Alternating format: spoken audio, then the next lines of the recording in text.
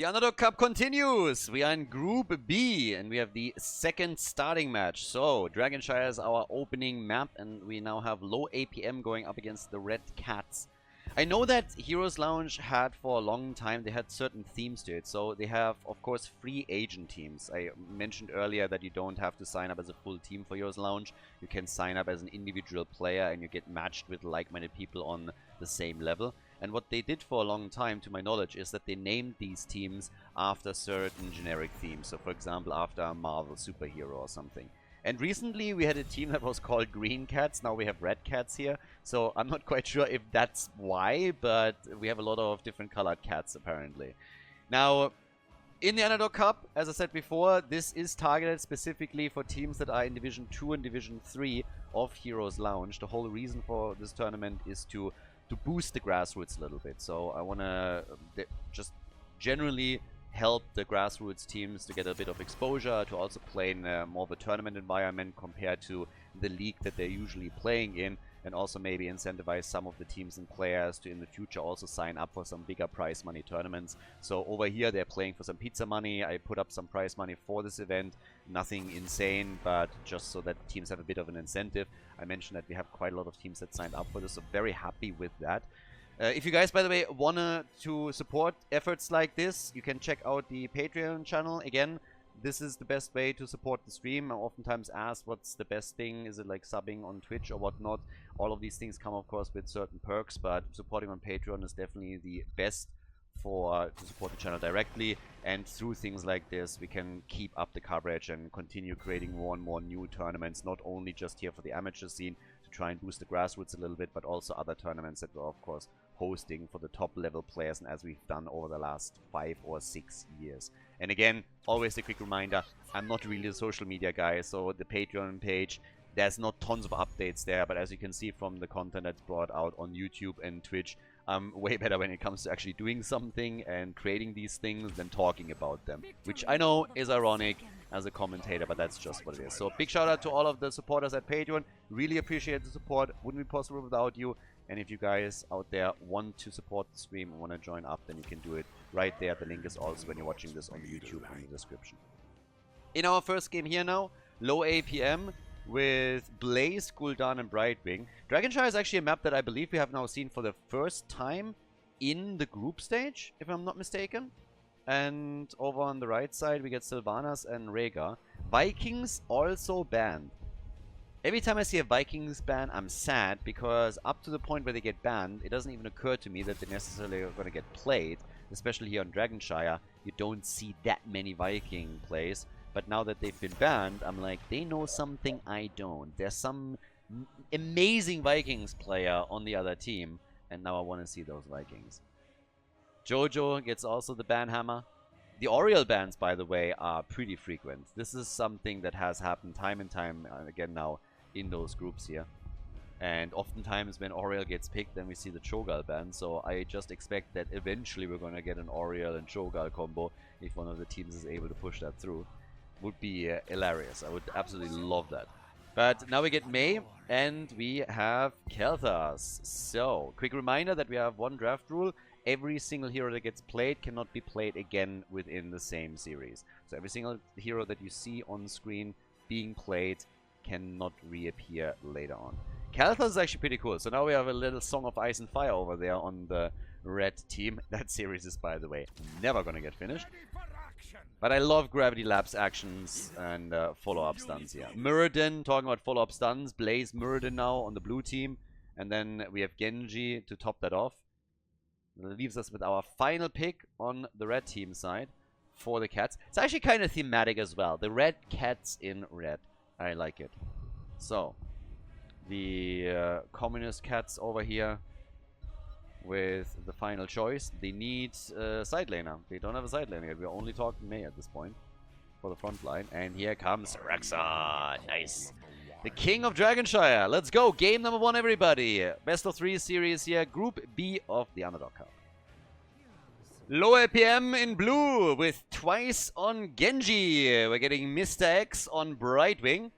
Then we have Gummis on Muradin, Zaxi on Gul'dan, and Lettuce is playing Blaze in our first game of this best of 3. So far, so good. Obviously now the big question is going to be, how is the red team going to deal with this? We have the red cats with Philos on Mei, we got Shizen on Rexa, Numajiri on Kel'Thas, Toki on Rhaegar, and Chachu is playing Sylvanas. Rexa is going to be up at the top lane, at least that's where you would expect your solo laner, of course. We have all ready for Gul'dan, Fellflame build with the Pursuit of Flame here on level 1. And let's the games begin. Gravity Lapse, Nisha up at the front. Yeah, and immediately gets targeted here. Genji obviously just diving around, trying to spread the love with the living bombs a little bit, as the mage battle has already unfolded between Gul'dan and Kel'Thas. Kel'Thas on level 1, as you would expect with Mana Addict, and is immediately locking 2 of the globes in for himself. And Genji is already on his ass. I mean, Genji is going to use the mobility the entire time to jump into the back lane and try to aim for the squishies here. So he is going to attempt to get those under control as best as he can. Now in the meantime, we're having some pressure against Rexa up at the top. He's gonna be soloing off against Blaze, but with Genji in the mix, you're always in that awkward spot where you know that there will be a rotation coming your way eventually. That's the nice thing about having the mobility of Genji. You can easily rotate towards the top side, put some pressure on the Rexa, help Blaze to win the lane, and then retreat back into the middle or the bottom to help the rest of the team out. So Genji is going to be all over the place in this, and is already starting to do some serious damage on Mei, who needs the assistance and gets it also, as Kel'Thas moved back immediately. Camps are taken, siege giants for both of the teams, and Blaze has already started to move over to the mercenary camp on the top left side and gets the bruisers. But that also allows Rexa to take the shrine right away. And that's obviously one of the biggest arguments in favor of Rexa on this map, that he can at the same time control the experience on the top lane and claim the shrine with Misha, which is exactly what he's been doing here, and what he will be trying to do throughout of the entire game here. So we'll see how far they can go with this. But as it stands currently, we're having the level 4 talents slowly kicking in for the teams here. And yep, down here at the bottom of the map with the double control for the blue team now, there's actually a chance for Twice to sneak into the middle and get an early Dragon Knight. Hasn't quite been able to get this one yet, with Rhaegar lurking around and preventing it from happening, but they are getting dangerously close to pulling that off regardless. So the team has to be cautious. Not a single kill in the game yet, but you really have to be careful with this one now. So as it stands, the bot lane is where they're trying to fight for. Rexa at the top is not having the best time against Blaze, as it seems. So Rexa is a little bit low here, and so is Misha, so it makes it very difficult to get that top shrine under control. But at least down at the bottom of the map, they were able to move in and claim this one, or this could have been an utter disaster for them. But as it stands currently, we have the Fellflame quest for Gul'dan completed. Still not a single kill here for anyone just yet. But topside is not looking too great for the Red Cats. And, unbearable situation at the top lane. Nisha was bearing down on Blaze, and then Blaze just looked at us and was like, hold my bear, I can do that too. Turns it around, takes Misha apart. I mean, bear with me here for just a moment, but I really think that Rexa should have done a little bit more to get Misha into a proper position. But unfortunately, that wasn't really the case. So, it's tough to watch, but the kill happened. Misha now back to business, and Rexa is currently taking top control of the shrine. Down here at the bottom of the map, it's utter carnage though. I mean, big fights here, and there's the first blood of the game. Sylvanas going down and eliminated. So we have a kill against the red team that leads us off in all of this. Up at the top though, there we get still that battle where Blaze is really determined to try and take control of the shrine again, because he knows that the team has now taken the bottom shrine too. So this is the opportunity to attempt and make a move here.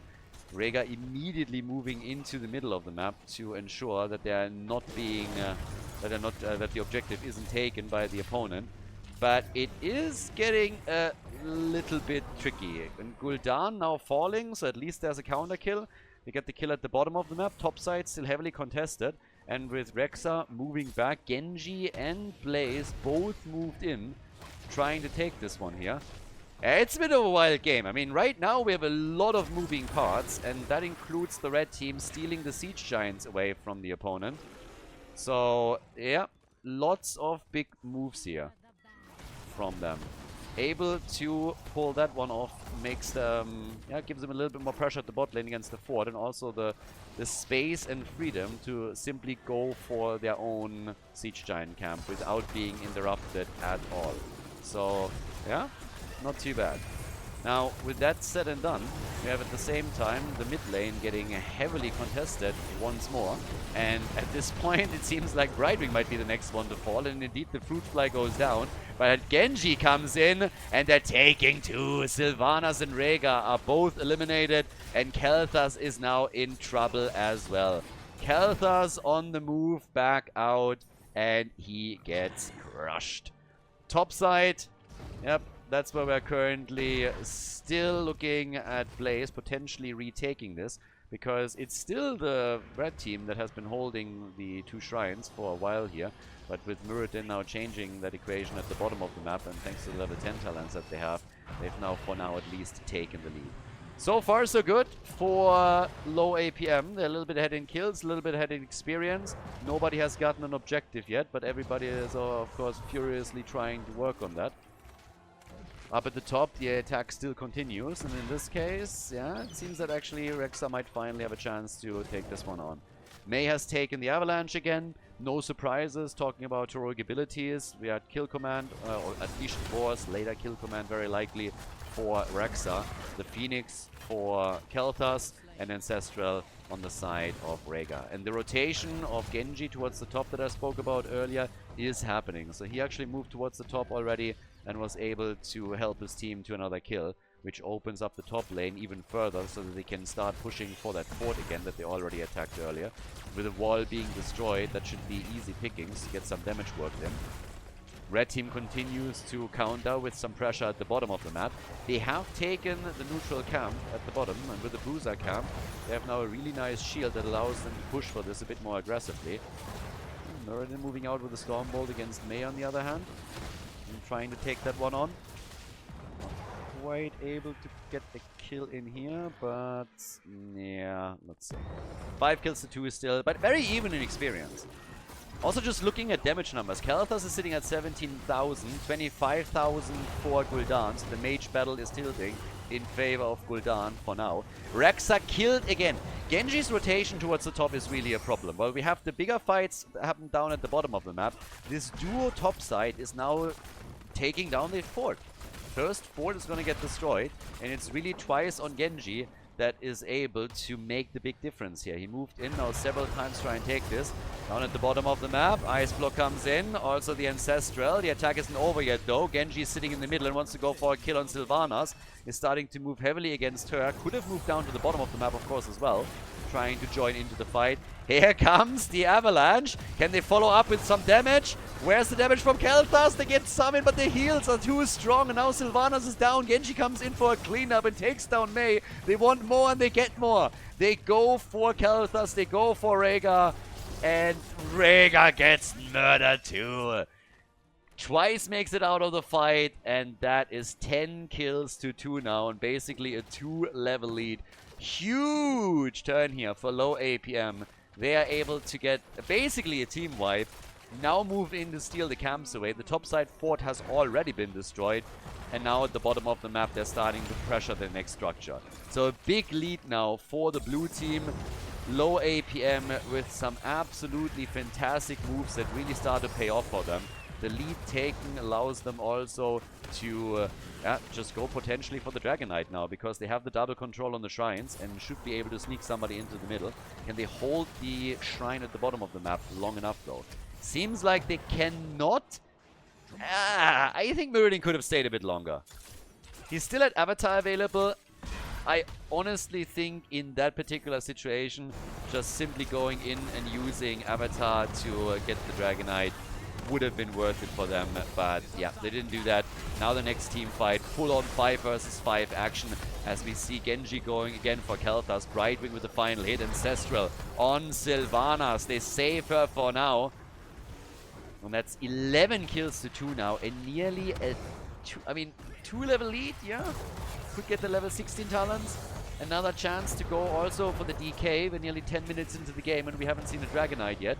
But there's an opportunity to pull that off. A little battle down at the bottom of the map. The interrupt still in the mid lane, but the 16 talents are now available. Muradin goes straight up for the Dwarf launch. Attack still raging on at the bottom as the red team is trying to take back the control of the shrine at bot lane in game number 1. Genji gets hit by the ult. They are following up with a Wailing Arrow, but they still can't get the kill on Twice. Brightwing was ready, and now Mei goes down as Muradin jumps in from above. They get the follow-up kill on Sylvanas. 2 heroes down. Rexa isn't here. He's sitting at the top, trying to take the shrine back. But down at the bot lane, they're losing more and more control. It's not only about the control of the shrine itself, but of course also the simple fact that they are taking another fort out. That's 2 fountains removed that are adjacent to the shrines. And yeah, tough going now for the Red Cats. The Red Cats are not going to be too happy about this. Red Cats are usually pretty active and also a little bit on the quirky side. But these Red Cats, they are in trouble. And I think once that we have the first Dragonite in, it's going to cost them another fort. Muradin might get interrupted, and nope, it's just half a second too late. So DK number 1 is in. They're working at the same time to grab also another mercenary camp. They're sitting on the bruisers now. Whew, this is a tough one to swallow for the red team. Blue team is moving in with some serious damage. Bot lane pressure, top side pressure. Blaze could escort that all the way towards the keep as they're fighting through the middle. Quest not completed yet, by the way, for Rexa on level 4. So yeah, doesn't have enough yet. Is working, of course, on those globes, but still, the Garuda is not done yet.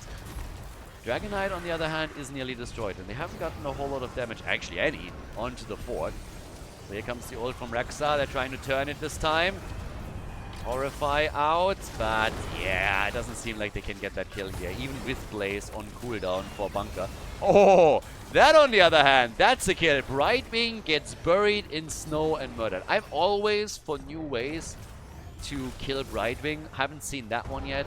And just like the image, the idea of Brightwing getting buried in an avalanche and then just dying there makes me happy. Death to all fruit flies. Only a dead fruit fly is a good fruit fly. So yeah, take it down. Swat it away, slap the Brightwing. Exactly. But with Brightwing gone, that means it's a 5 versus 4 and Genji just doesn't care. Genji comes in and goes for the quick double hit. I mean, Twice, I would say, easily the best player in the entire game here. This is one of the... I'm actually really surprised that he is in a Division 2 team, to be absolutely honest with you. Because Twice is someone that we've seen obviously play for some of the top teams in big tournaments. So it doesn't really come as a shock that he is able to put his mark onto this game right now. This is one where you should probably try and remove heroes like Genji from his pool, because he's gonna have too much of an impact on those.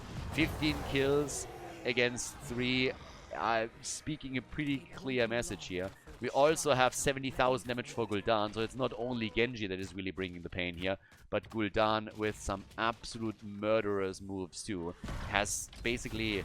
I mean, he has more than 50% additional damage if you compare him to Kel'Thas here, if you're talking about the mage battle for just a moment. So, yeah, rough. Definitely rough for the red team. They are still trying to find a way how they can turn all of this, of course. So, they're still trying to find some kind of solution to all of this to turn this around. They have at least level 16 talents, but with level 20 kicking in any moment right now for low APM, they will have a mad lead on this. Quest completed for Rexa, so that's at least good. A little bit of a boost for him, but winning another team fight. There's a 2-level gap between the teams as Storm Talents are hit by the blue team, so this is going to be more than a bit tricky to survive for that long. They haven't lost keeps yet. That's the one good thing in their favor. They haven't lost any of their keeps up to this point. Dragonite is a freebie. It's quite clear that the Red Cats are just thinking about defense, that they are not trying to engage into any battle that they can possibly avoid, that they're just trying to get enough experience. They're sending Rexa towards the top lane to work on that as is. but it will be tricky. I mean, either way, this is going to be difficult. If they can survive long enough and get level 20 talents, then anything can happen here. But currently they haven't taken a single fort out yet, so they have to try and do something. But right now, Mei is trying to buy them a little bit of time. Dragonite has already taken down the entire wall. The keep itself, then again, has not been destroyed yet. So the keep itself is still fine. But, yep, off we go. For now, what we're getting is, first and foremost, the attempt to take that keep out, get some kills, and push it further. But the Dragonite is gone. Level 19 by now for the Red Cats. So they're doing a good job defending, but they should not move out too far. If they give them a fight now, that far away from the keep, there is a chance that they're going to run into some serious trouble here. So they should really try and avoid that. Unless, of course, they can get that kill, but they're definitely gambling a bit here. It's a slight gamble for them, but they're seeing a juicy target in the form of Blaze. They need that stun, though, and I don't think they're able to get it. Some slows coming in, but yeah, they chase pretty hard, and I think at this point, it's really time to call it quits. Move back, relax a little bit, and just say, okay, guys, let's work on that level 20 talent again and see where we're going with that. But kudos to them for holding out for this long. They could have lost a keep here already fairly easily, and it was not a big issue or a big problem for them just yet. They've been holding at the bottom of the map, haven't lost the keep, done a great job on this. So if they can maintain that until they hit the level 20 talents, then hey, by all means. But yeah, we'll see. Currently, the more important question is, once that they have the level 20, what can they do with that? That's obviously the next one. Do they have an opportunity to maybe go in and turn this game around? It's not going to be easy, but they could pull that off. They got the tools. And the blue team hasn't been able to take a keep down. They had 2 Dragonites. They have 12 additional kills. But even with that big of a lead, they've never been in a position where they were able to go in and take a keep. So now we have Flamethrower, now we have the Withering Barrage, and probably more important, Farseer's Blessing, which is going to be pretty big for them to get the heals out, always assuming that Tokyo and Rhaegar is able to hit those in time. But that's going to be a massive asset against all of that damage that is coming from Genji and Gul'dan. The double control on the shrines from low APM once more. Stormbolt gets connected. Still trying to force the fight right here. Slowly starting to make their way in, but a bit too late to prevent the Siege Giants from being grabbed. So Siege Giants still totally fine here. And yeah, who's gonna win that next fight? The blue team is already moving down to the bottom of the map. Trying to stack some camps. This is one of the main reasons why people on this map are normally focusing on the bot lane, because you have the most amount of mercenary camps traveling through the bot lane. So if you start stacking them, like the Siege Giants and the Bruiser camp, you can set up a very nasty push against your opponent that will take their resources and that they will have to react to. Horrify, everything got thrown out there. Very nice Ancestral though from Rhaegar. That definitely saved Mei, and that could have backfired. So yeah, nice job there. Keeps them in play. They're trying for Blaze. Force the cooldown. Bunkers out. Genji, low. X strikes away. Makes it, but Blaze is about to die. Blaze needs to die here. He needs to die. Great Stormbolt, and that's the end of Blaze. Finally, they get another kill. Kill number 4. It took them a long time. Long time for kill number 4. Mei is somehow alive. And now they can push this. If they get murdered in 2, then it's a 5 versus 3. Maybe an opportunity to get... I mean, they could try and maybe get the Dragonite with this. But they gotta do something now. I mean, at this point, you have to try and get ahead. You have a 5 versus 4 now. You need to make a play here. And so we'll see if they can pull that off. They need to defend at the top lane eventually. But for now, it's a question of whether or not they can get that Dragonite. We're 19 minutes into the game. A Dragonite would go a long way. Might not get a keep, but if you take a couple of forts out, you will alleviate some of the catapult pressure that is on those lanes. So that would be a big one. As it stands, middle immediately destroyed. Absolutely no problem. Middle fort is down, and now it is a priority question. Are you able to go for the keep? Are you willing to risk it there, or are you instead working on some additional forts that you can easily grab? Blaze comes back now, but the Dragon Knight is obviously hitting hard at this point. I mean, we're 20 minutes in, so that bad boy is definitely bringing the pain. And they want that keep, and they're going to get it. That keep is going to go down. They might have to sacrifice, worst case scenario, Rexa for it, but the keep will fall. Big hits here. Really nice moves. And they might still be able to destroy the bottom fort if they move there.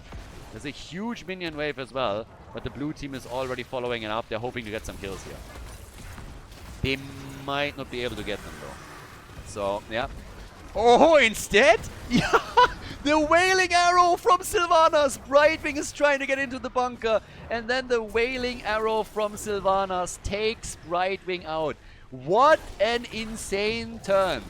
They were 13 kills ahead and now they're on the back foot. Brightwing is eliminated and it seems like they're trying to go for the core. I'm not sure if they can pull that one off. I think I might have preferred them trying to go for the keep here. They need kills. Yeah. Oh, God. No.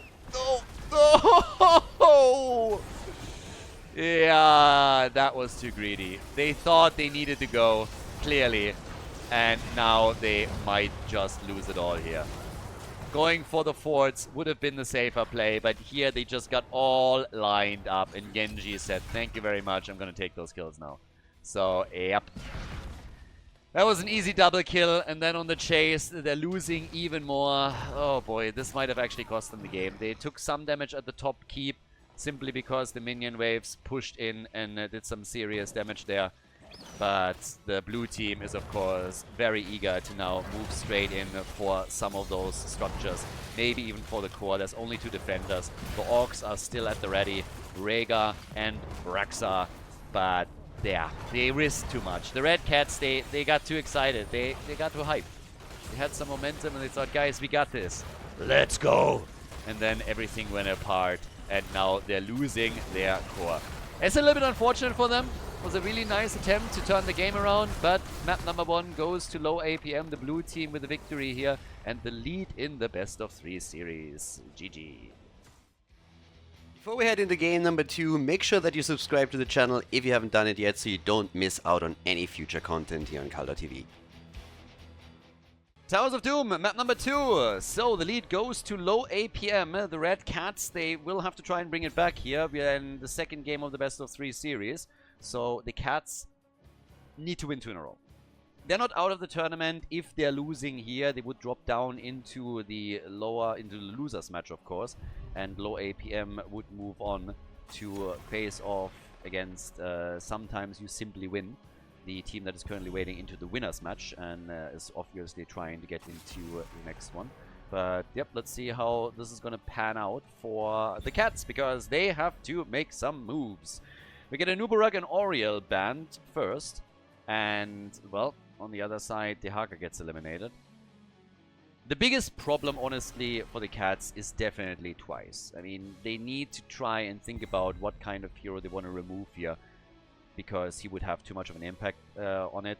Anything that is like hyper-mobile, basically just try to ban some of the Overwatch heroes.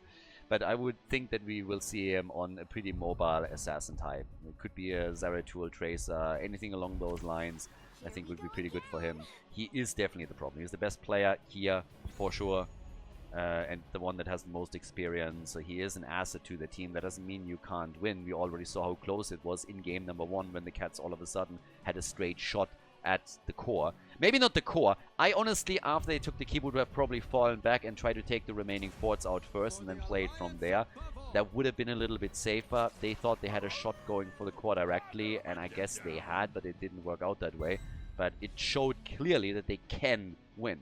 So now we have Anduin and Hogger that are quickly taken. Over on the left side, what are gonna be the picks for the blue team though? What are we getting here? Blue team right now with only Chromie. They want to have some stuns to tee her up, of course. Go for a sniper comp as well. But they go Deckard Cain, and we get Leoric. Okay, so Leoric in the house for the top lane. He's gonna have to deal with Hogger. The heroes that were played in the previous game cannot be played again. Again, quick reminder to the draft rules. Doesn't really have too big of an impact if it's a best of 3 series. Even in a best of 5, it usually is not that big of a problem. But it just makes for a bit more hero diversity, and we avoid that you see I don't know, Genji played every single game, or that Blaze gets locked in for the side lane in every match, in every map of the match. Garrosh is out. So for the front line, ooh, Stitches. Okay, so Stitches gets banned. Don't want to deal with the RNG factor of the hooks. But what else is the red team now grabbing? They need a main tank, need a damage dealer. Bit surprised that we haven't seen Vala even once today yet, considering how much of an impact or how much of a role she played in Group A. But so far, she hasn't made an appearance yet either.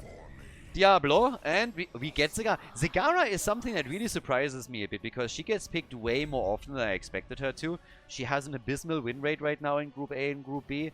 In the games where she was picked, the problem is still that she is quite squishy. In a tournament where you have rules where a hero can't be picked more than once, she can really become a strong asset, I think, once that you're entering game number 3 and maybe 4, talking best of 5s there. But this early, there's usually a lot of tools that can be used against her very easily. And I want to see if Zagara is able to survive here. Twice is now going on to Greymane, and we have Medivh as the final pick. Leyline into Apocalypse is therefore a possibility. But yeah, we're going straight for map number 2. Towers of Doom, ladies and gentlemen. Red Cats going up against low APM. On the left side, in blue, Lettuce on Leoric for low APM. We have Twice on Greymane. Mr. X on Deckard, Zagzi on Chromie, and Gumis is playing ETC. To the right side of the map, Philosmart on... I have actually no idea what that's supposed to mean. Philosmart on Diablo, Shizen on Medivh, we got Ensiferum on Hogga, Numajiri on Anduin, and Chachu is playing Zagara. Some of these names are just designed to make commentators struggle. That's the only reason. There's no other explanation. Quick portal towards the front. And yeah, off we go. Let's get this party started. And let's see which team is able to win the second map. Are we going to get a 3-mapper here? Or is the blue team able to take this with a 2-0 and move on to the winner's match of Group B? Oh, Leo. That was nearly first blood in the game. He got dangerously close to all of that. But while the teams are spreading out onto the lanes, a quick reminder to everybody, this is the entire tournament here is currently organized in cooperation with HeroesLounge. Big shout out to Transparent in particular. And also for you guys, once again, if you want to check it out, definitely do. Even if you're playing from North America, if you're willing to play cross-server, you can sign up for HeroesLounge. You don't have to have a full team. You can sign up as an individual player. You will play with like-minded people. Your skill level doesn't matter either. It doesn't matter if you're Wood League or if you are a Grandmaster, but you're going to have quite a lot of fun here. It's a very different gaming experience than just queuing up for a quick match or Hero League. So if you want to check it out, go to the website, sign up there. Or, of course, if you have any questions, you can also join the Discord, which is very active. It's a very, very helpful community, and I can promise you that you're going to have a lot more fun with Heroes of the Storm in general if you give that a shot. So check them out, heroeslounge.gg, and again, a big shout out to them also for helping to organize the tournament. Now, with the teams that we actually have at hand here, we had a lot of aggression in game number 1 already, but now they're really going for it, and Leo is the first one to go down here. And Greymane too. So the red team is coming in swinging. With a loss in game number 1, they are now hyper-aggressive, trying to get another kill, and they nearly took down Chromie, but that's 2 kills for them, and maybe even the Pumpkins. They were, of course, attempting originally to invade the camp. They're finally being pushed back now too, as Diablo is a little bit low, and Leoric has respawned. But still, very nice effort from the red team, and they might not have gotten the Pumpkins, but they were getting 2 kills out of this. And that gave them a small lead in experience, and of course also some momentum that they can now use for the rest of the match. Up at the top, that's where we have, for now, the red team trying to take some pumpkins themselves. Poga should have an easy time here, of course, just spinning this one out. And at the bottom, they're claiming this too. Zagara has gone on level 1 into Infest. Not something that you see all the time here. But, of course, with pumpkins being around, that can increase the damage quite a lot. So you can do a lot of work with Zagara here, and especially if you are just trying to push. And then on level 4 and Venomed Spines, Will be interesting to see how much of an impact Zagara has just in general in this game, but also, of course, what's going to happen once that Grey main feels a bit more emboldened to make some plays for her. This is, I believe, where Medivh will play the biggest role because he's going to be the one that has to throw out the shield, the one that has to throw out the portals too. Top side, some damage against Hogger. It's a 2 versus 1. Hogger is going to have to try and at least delay this from happening. The red team is now claiming the altar at the bottom of the map, but they will likely lose 2 out of the 3 now that the top right has been taken. They get a kill though. That's the 3rd kill in a row now for them. And the blue team hasn't gotten a single one yet.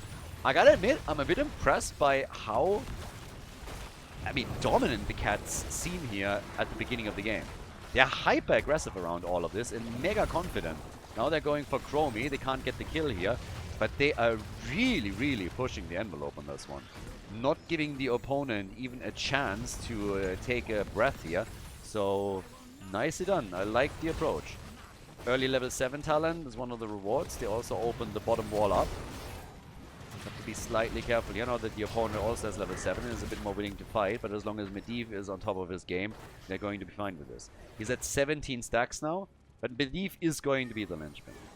Another question is, of course, as I already alluded to during the draft, whether or not Diablo is going for Apocalypse with the ley line set up on Medivh's side. If they attempt a combo, or if they just say like, yeah, we don't care, Lightning Breath, let's go. But there's definitely a few arguments to be made for Apocalypse. A potential mosh pit, of course, just being one of them. Ooh, Diablo! He gets the shield, but... he gets barely away. First he gets away... First he got away from Greymin, then Chromie, and even Deckard Cain couldn't connect anything with him. But Anduin was there, so they just shift the targets and destroyed the Crybaby. So Anduin is down. They got their kill after all. It's the first kill for low APM in this game, but yeah, not too bad. They worked hard for that kill, let's put it like that. They wanted Diablo, but then they shifted to the easier target, the weaker target. And that is, as usual, of course, Anduin. Now Chromie is going for Temporal Loop with the level 10 ability. We have the double altars now up. Should be an even exchange. Don't think that a team is able to get heavily ahead here by claiming both. That would honestly shock me. But they are trying to go for Greymane, and they get him! Greymane goes down, and Venom spines for the win. So that might change things a little bit. The red team is certainly confident enough that they say, hey, why not try? And go for the ult at the top left. So yeah, they're starting to go straight up for it, but I don't think that with the death timers this low, they have an actual chance of claiming it. Zagara is taking their own over on the right side of the map. Should make things pretty easy for her, yep. But this one, with Chromie against you, with Deckard Cain, with all those potential interrupts, it would shock me if they were able to pull that off. It's not impossible. Especially since the blue team is split a little bit, but it would still be a bit of a surprise. Nice shield, just as Chromie started to attack. But they're keeping them at bay. They're doing a way better job here than I expected them to, so not bad by the red team. But now level 10 abilities are available for low APM, and they're using that right away to go for the attack, as they should, of course. So this is going to make this more than a bit tricky for their opponents. There's the Entomb already out. They're, of course, going to attempt to chase them hard here. Can they go for Diablo? Still no level 10 for the Red Cats. But they didn't lose a hero in the process. So no hero was lost. Nobody got killed. Yeah. So far, so good. This could have been worse. I mean, this could have definitely been a bit dicey. Hogger is still destroyed. So yeah, Hogger went down. But still, 2 kills against 4. It's kind of fine. Didn't lose too much around it. Greymane and Leo at the top lane in tandem going up against that tower. That, then again, will likely be a problem. And that's why Zagara is immediately there, pushing them back together with Anduin, providing a little bit of safety here for them. Down at the bottom of the map, the push also continues. I mean, the blue team is currently everywhere. They've been active at the top lane. Now they have ETC at the bottom of the map. He doesn't have the wave clear or the pressure against the structure to fully take this out, but he is definitely able to get some damage in, and he also escorted the minions over. Damage-wise, we have 20,000 for Chromie. Zagara is ahead of her. Zagara is currently top damage in the game. Oh, the light bomb's done on ETC. And the shockwave as a follow-up in the barbecue. That's a kill, ETC.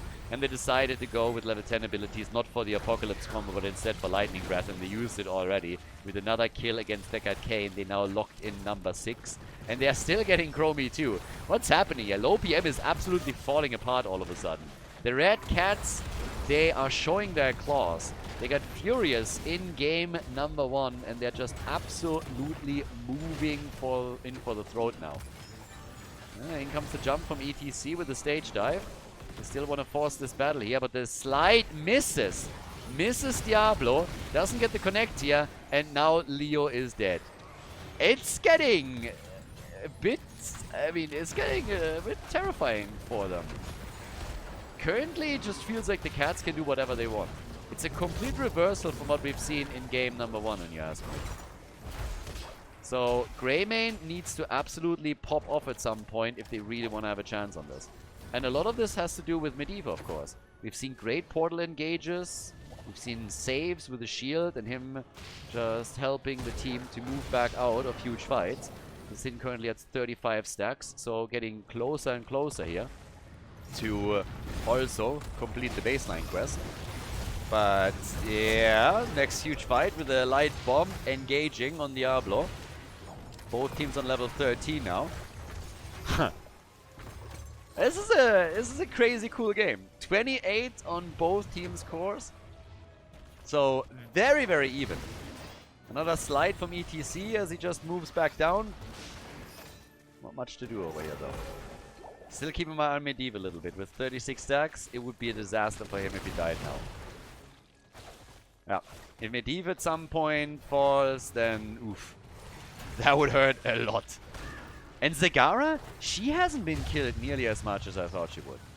With Greymane there, with an Entomb potentially from Leoric, positioning was absolutely on point from her. Oh yeah, Diablo comes in once again. ETC, looking for the slide. Zagara, just as I talk about it, Zagara falls. Here comes the stage dive. On point, trying to go for Anduin, trying to go for Medivh. He completes the quest though. Quest complete. Time to feed. Oh yeah. And down he goes. Medivh dies, but honestly, I think at this point he's just simply going to be happy that he didn't die. Greymane, careful, you don't want to get killed by Anduin. So, yeah, 3 heroes down on the red team side.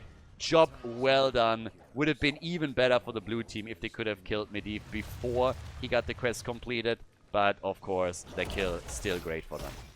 Yeah, a couple of interrupts are coming as the red team thought they might be able to sneak in one of the altars, but not so fast. Hogger at least gets out without getting killed here. But yeah, of course, now both of the altars are taken.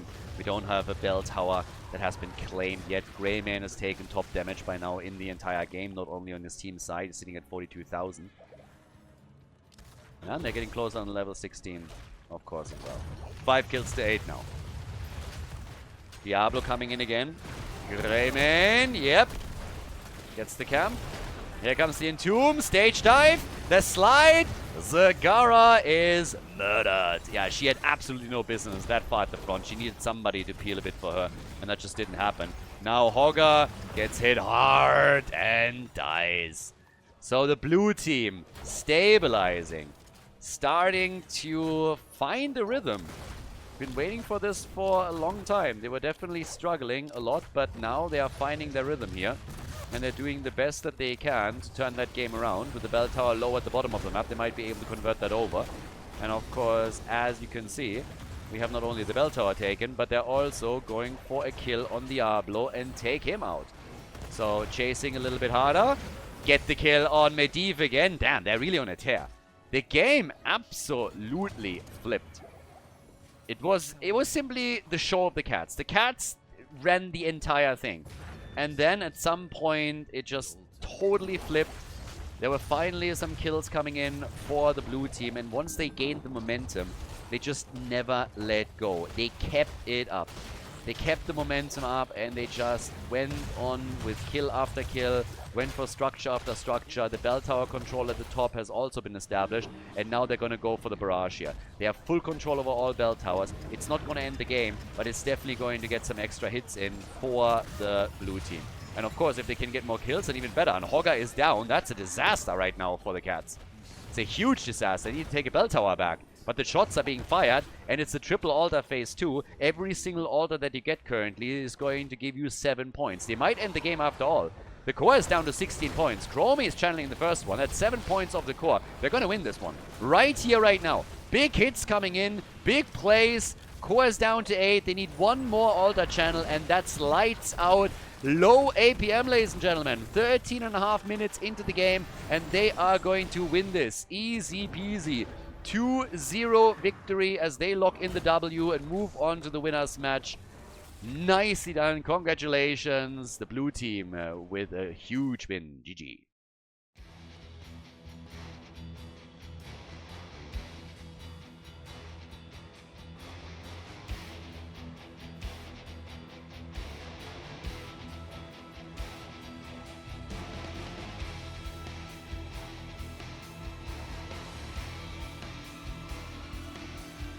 Thank you everybody for watching the video today. I hope that you enjoyed the show and the commentary. And keep in mind that the spoiler protection that is going to run for the rest of the video is made possible by all the support on patreon.com. So guys, if you want to support my work, if you want to help me start new projects and keep the spoiler protection in place, please consider heading over to patreon.com/Khaldor. There's also a link in the YouTube description, and check that out. Thanks in advance, and see you guys next time with more esports coverage here on Khaldor TV. Have a great day.